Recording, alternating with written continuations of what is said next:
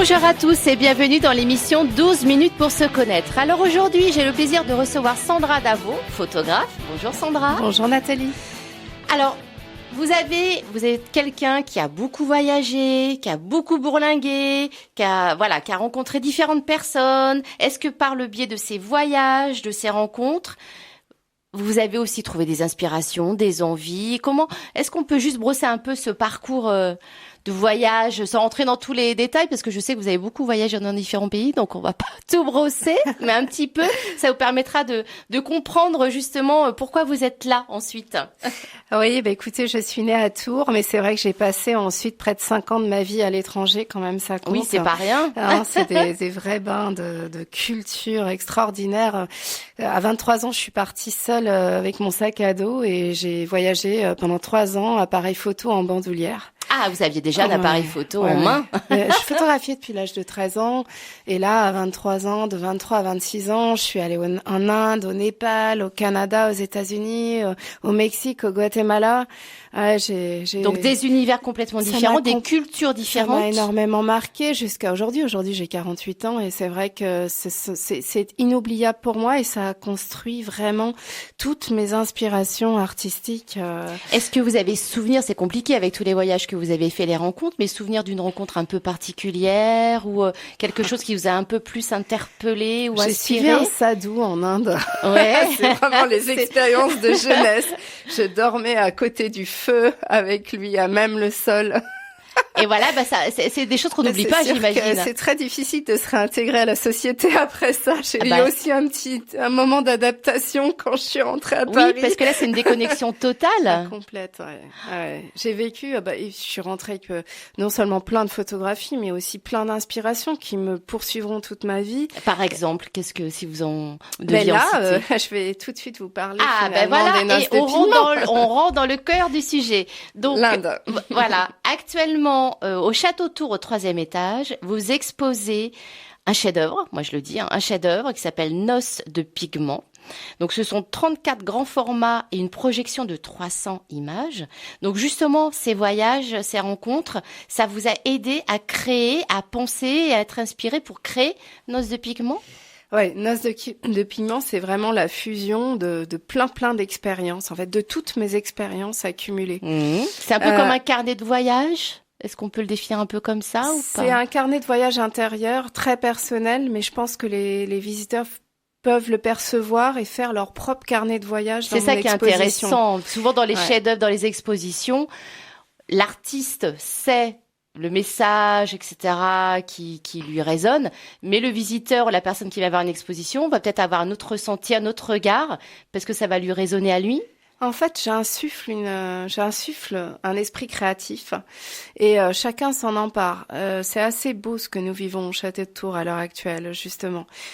Juste pour revenir sur les voyages, je l'ai appelé Noces de pigments parce que j'utilise des pigments indiens au maïs qui sert, entre autres, parce que j'utilise plein d'autres matières volatiles. Nous allons le développer par la suite, je pense. Et du coup, ces pigments indiens au maïs sont utilisés lors de la Holi en Inde au mois de mars. Donc ça, ce sont les pigments extrêmement colorés que vous verrez.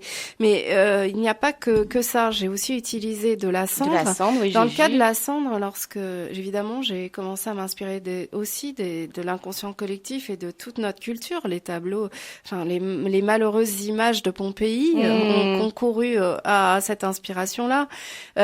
Tout ce qui est à la farine, à l'argile, au charbon, ça a encore été d'autres inspirations.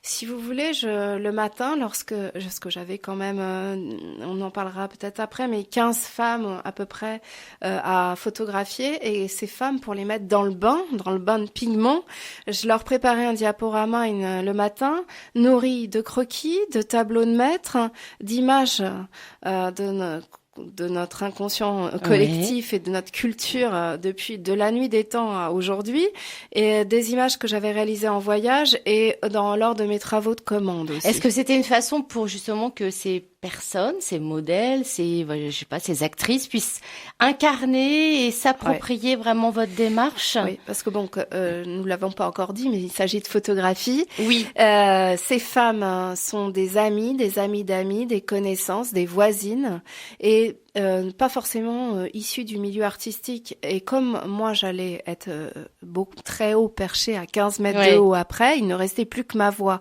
Donc, fallait absolument les préparer le matin. Donc non, c'est pas des professionnels, et c'est ça que j'ai aimé, parce que sont des vues en plongée circulaire, donc sont des cocons. Mais le cocon, je l'ai gardé aussi dans le fond et la forme, c'est-à-dire dans la création même. Oui, parce qu'on parle de photographie, mais ça s'assimile vraiment à des mises en scène comme pour peindre un tableau, parce que on a même l'impression que ces personnages vont bouger à un moment donné, vont se mouvoir. Donc c'est vraiment très impressionnant. Enfin, c'est vrai que la mise en scène, il y a quand même une mise en scène qui a été importante. Alors c'est clairement un travail de mise en scène dans des tableaux vivants.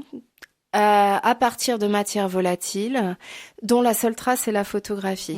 Créée à 15 mètres de haut sur 12 mètres par 15 au sol. Donc, vous imaginez le dispositif immense avec 35 personnes à chaque fois. C'est un vrai chantier dans le bon sens du terme, hein. C'est vraiment... C'est une équipe de saupoudreurs, un vocabulaire aussi qui a été créé. Donc, saupoudreurs avec moi à 15 mètres de haut que je guide au micro. Des femmes, à peu près une quinzaine de femmes au sol que je guide également au micro. Une petite équipe technique.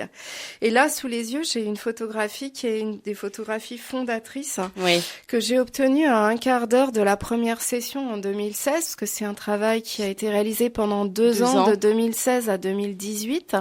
Et ça, c'est un tableau à la farine qui a nécessité 3 mois de filtrage de cendres de cheminée pour être réalisé. Oui, donc il y a quand même une grosse préparation en amont. C'est 2 mois de préparation pour 2 heures de prise de vue. Alors c'est ça aussi qui vous intéresse, vous, dans la démarche que vous avez, c'est toute cette préparation, l'utilisation, on va dire, de matériaux spécifiques qui résonnent par rapport à vos rencontres, à vos voyages. Est-ce que c'est ça aussi votre démarche que vous voulez un petit peu expliquer? C'est la matière vraiment qui m'a guidée, parce que dans mon parcours, il y a eu les voyages. J'ai quand même une licence d'art plastique, mais je reste autodidacte en photographie. Vous me parliez aussi dans votre démarche de l'importance de la sémantique, des rituels, etc. Qu'est-ce que vous entendez par là? Ce qui m'a guidée au départ, c'est la matière. Hein. C'est un travail purement très proche de la peinture, de la sculpture, des dessins à l'encre, et même qui flirte avec la danse. Au niveau du rendu, donc cette image dont je vous parlais, ce qui est très intéressant, c'est qu'au bout d'un quart d'heure, donc de la première prise de vue, lorsqu'elles se sont relevées de la cendre, il y avait leurs empreintes dans le sol. Et les empreintes appartiennent déjà au passé, alors que lorsqu'elles se relèvent, c'est le présent. Donc il y a une coexistence déjà de différentes réalités. Et le résultat est assez troublant, parce que les personnes pensent que c'est leur ombre, mais en fait c'est complètement dissocié, donc ça peut pas être l'ombre. Et là, c'est une image directement qui s'adresse à l'inconscient. Et donc tout le long, vous allez avoir ces espèces de nébuleuses, parce que lorsque vous lancez des poudres à 15 mètres de haut, souvent ce sont des nuages. Hein. Donc elles sont complètement, mes femmes, elles émergent des nuages à chaque fois. Donc c'est très poétique, très beau au niveau de la plastique. Et après, c'est aussi une poétique de la transformation. Maintenant que c'est au château de Tours et que je vois la scénographie sur 5 salles, vous allez voir, c'est une scénographie très évolutive qui part de la cendre et qui vous amène petit à petit vers la couleur. J'ai travaillé sur ces états de latence, des rituels entre les cycles vie, mort, vie, sommeil, éveil. Elles sont parfois en situation de rêve, et puis d'un coup elles se réveillent et leur peau apparaît à nouveau. Donc c'est très beau aussi, toutes ces matières en fait, c'est un travail très charnel, très pulsionnel parfois, très sensoriel. C'est vraiment la matière qui nous guide. Et en même temps, il y a une profondeur. Et alors, ces femmes qui ont participé justement à cette création, quel retour elles vous ont fait? Est-ce qu'elles, elles ont dû être un peu perturbées, surprises? Enfin, je sais pas, mais surtout la cendre, c'était assez difficile pour elles. Mais lorsque le nuage de cendre est tombé, on n'a plus rien entendu et c'était très angoissant. Et ni personne n'est parti en courant ni n'a poussé de cris. Elles sont restées. Et j'ai trouvé que c'était magnifique. Mais c'est des belles réactions, c'est ça. C'était dans la dévotion. Certaines sont revenues 4 fois, 3 fois, 2 fois. Donc pour vous dire, en fait, qu'elles n'ont pas été traumatisées. Non, ce qu'elles retiennent, elles me disent souvent, j'aurais jamais cru faire ça dans ma vie. C'est une belle expérience aussi pour elles. Très belle expérience, et quand elles ont vu le résultat, certaines sont mises à pleurer. Ah oui, donc c'est poignant. Voilà, Ouais, les parce réactions, que c'est très difficile pour elle en bas de savoir ce que je vois moi Bien en sûr, haut. Et quand elle voit les photographies après, elles me disent mais c'est magnifique qu'on ait pu participer à ça. Et ça c'est un superbe cadeau. C'est une très belle aventure humaine puisque 100 personnes ont participé, 100 Tourangeaux à cette création.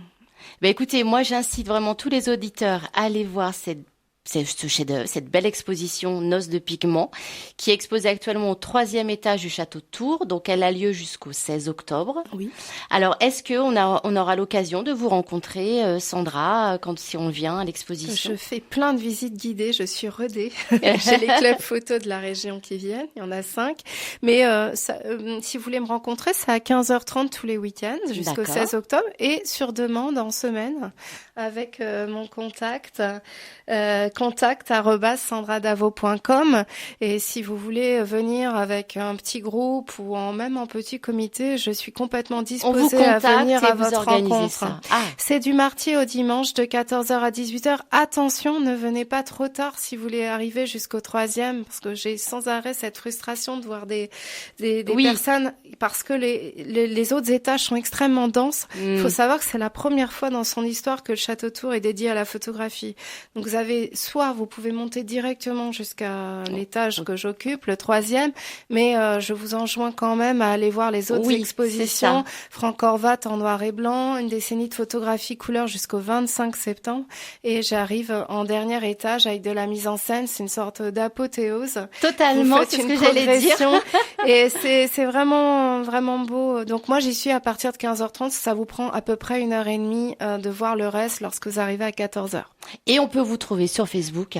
On tape Sandra Davo. Oui, tout simplement. Si on veut vous contacter par Messenger et voir un peu votre travail. J'ai un beau site internet aussi qui montre les Noces de pigments, qui montre des images et toute la revue de presse magnifique à laquelle j'ai le droit depuis le mois de juillet. Écoutez, bravo Sandra. Et on n'oublie pas, on va avoir votre exposition Noces de pigments au Château de Tours jusqu'au 16 octobre. En tout cas, merci beaucoup pour ce bel échange. Merci à vous.